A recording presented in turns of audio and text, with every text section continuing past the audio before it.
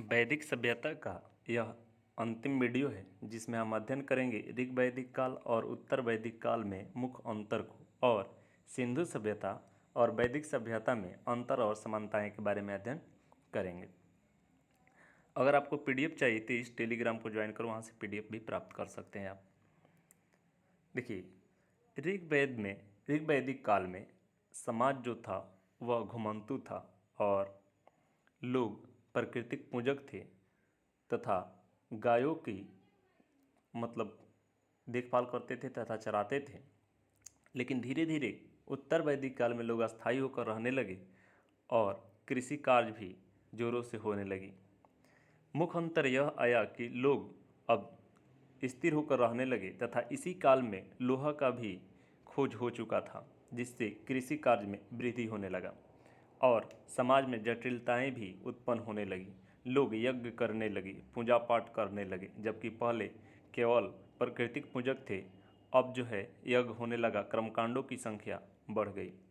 अब जन्म को मुख्य माने जाने लगा, जबकि पहले वर्ण व्यवस्थाएं काम पर आधारित थी। ऋग्वेद में एक ऋषि कहता है, मैं कवि हूँ, मेरे पिता वैद्य है और मेरी माता अन्न पीसती है। इसका अर्थ यह निकलता है कि ऋग्वैदिक समाज वर्ण व्यवस्था जो था कर्म पर आधारित था, जबकि बाद में जाकर यह जन्म पर आधारित होने लगा। उस समय लोग 100 वर्ष की आयु का आकलन करके मानते थे और ये इन्होंने बना दिया था कि प्रथम 25 वर्ष ब्रह्मचर्य, दूसरे 25 वर्ष गृहस्थ जीवन और तीसरे वानप्रस्थ और चौथे 25 वर्ष 75 से 100 वर्ष की आयु संन्यास का अपनाना चाहिए। वैदिक काल की पूर्व वैदिक काल या ऋग्वैदिक काल की बात करें, वहाँ से खुदाई से हमें गैरिक मृत भांड प्राप्त हुए हैं, जबकि उत्तर वैदिक काल से चित्रित धूसर मृत भांड प्राप्त हुए हैं। ऋग्वैदिक काल में राजा को लोग जो स्वेच्छा से कर देते थे, जिसे बलि कहा जाता था, लेकिन उत्तर वैदिक काल आते आते एक नियमित कर बना दिया गया जो लोगों को देना ही था। उत्तर वैदिक काल में राजतंत्र शासन व्यवस्था हो गया और राजा का पद जो है वंशानुगत हो गया, साथ ही साथ राजा का अधिकार भी बढ़ गया। लेकिन ऐसा नहीं है कि केवल राजा जो है स्वेच्छा से कुछ भी कर सकता था। इस काल में भी राजा को हटाया जा सकता था। पुरुष पहले पशुओं के देवता थे, अब वे शूद्र के देवता हो गए। इंद्र जो पहले प्रमुख देवता माने जाते थे, अब उनके स्थान पर प्रजापति प्रमुख देवता बन गए। निष्क ऋग्वैदिक काल में स्वर्ण आभूषण को कहा जाता था, जबकि उत्तर वैदिक काल में यह मुद्रा के रूप में प्रयोग होने लगा। इसका अर्थ यह है कि इस समय व्यापार बढ़ गया था। उत्तर वैदिक काल में जन का आकार भी बड़ा हो गया और यह जनपद होने लगा। फिर जाकर के बड़ा आकार होने के कारण महाजनपद भी हो गया। ऋग्वैदिक काल में स्त्री पुरुष दोनों को जो है शिक्षा का अधिकार था और विवाह जो है इस काल में उत्तर वैदिक काल में विवाह आवश्यक माने जाने लगा। अविवाहित पुरुष को यज्ञ करने का अधिकार नहीं था। सजातीय विवाह पहले भी था, आज भी प्रचलित था, लेकिन कुछ अंतर्जातीय विवाह का भी वर्णन उत्तर वैदिक काल में मिलता है। विधवा विवाह का भी प्रचलन था, बाल विवाह नहीं होता था। नारियों के सम्मान और प्रतिष्ठा में थोड़ी कमी आई। अथर्ववेद और तैत्तिरीय संहिता में कन्याओं के जन्म को दुख माना है। अथर्ववेद में राजा के निर्वासन का भी उल्लेख मिलता है और राजा के पद के निष्कासित करने और पुनः निर्वाचित करने का अधिकार लोगों में था। उत्तर वैदिक काल में राजा का महत्व बढ़ गया था और राज्याभिषेक के अवसर पर यज्ञ का महत्व बढ़ गया था, यज्ञ होता था। ठीक है।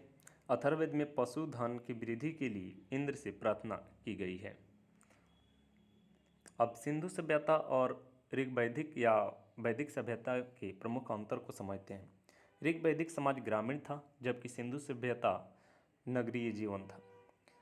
सिंधु सभ्यता के लोग लोहा से परिचित नहीं थे, जबकि वैदिक सभ्यता के लोग लोहा से परिचित थे।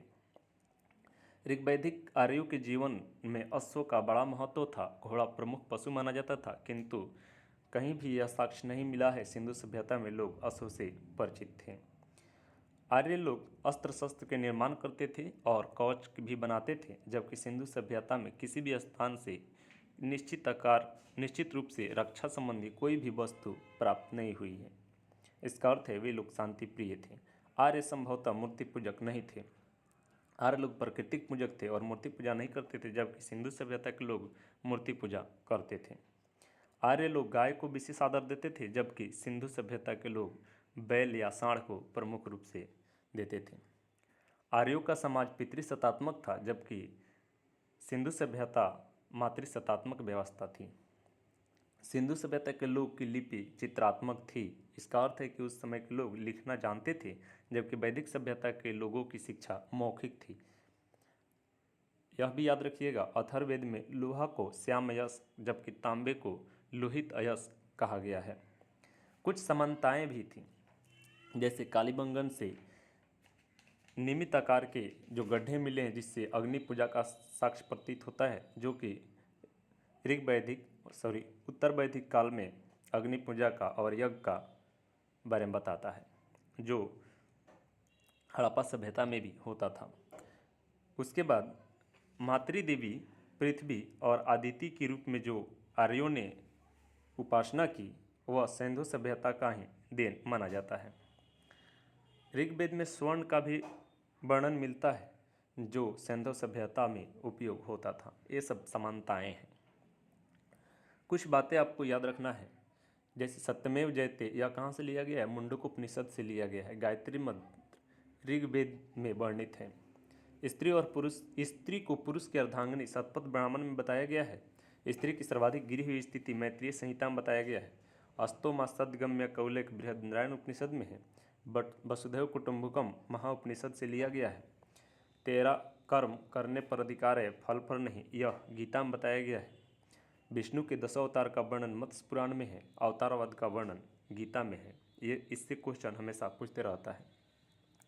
अब एक क्वेश्चन है, इसको बताइएगा आप लोग। प्रारंभिक वैदिक काल में 2 सभाएं होती थीं। यहाँ पर दिया है समिति, सभा, कुल, जन, और आपको बताना है। दिया है केवल 1 और 3, 1 और 2, 1, 2, 3 और सभी। तो इसका राइट आंसर हो जाएगा 1 और 2 जो सही है, वहीं बी ऑप्शन सही हो जाएगा। इसके बाद वाला क्वेश्चन जो है, वेद में बलिदान के समय पालन किए जाने वाले नियमों का विवरण निम्नलिखित में किसमें शामिल है? इसका उत्तर आप लोग कमेंट बॉक्स में दीजिएगा। Thank you.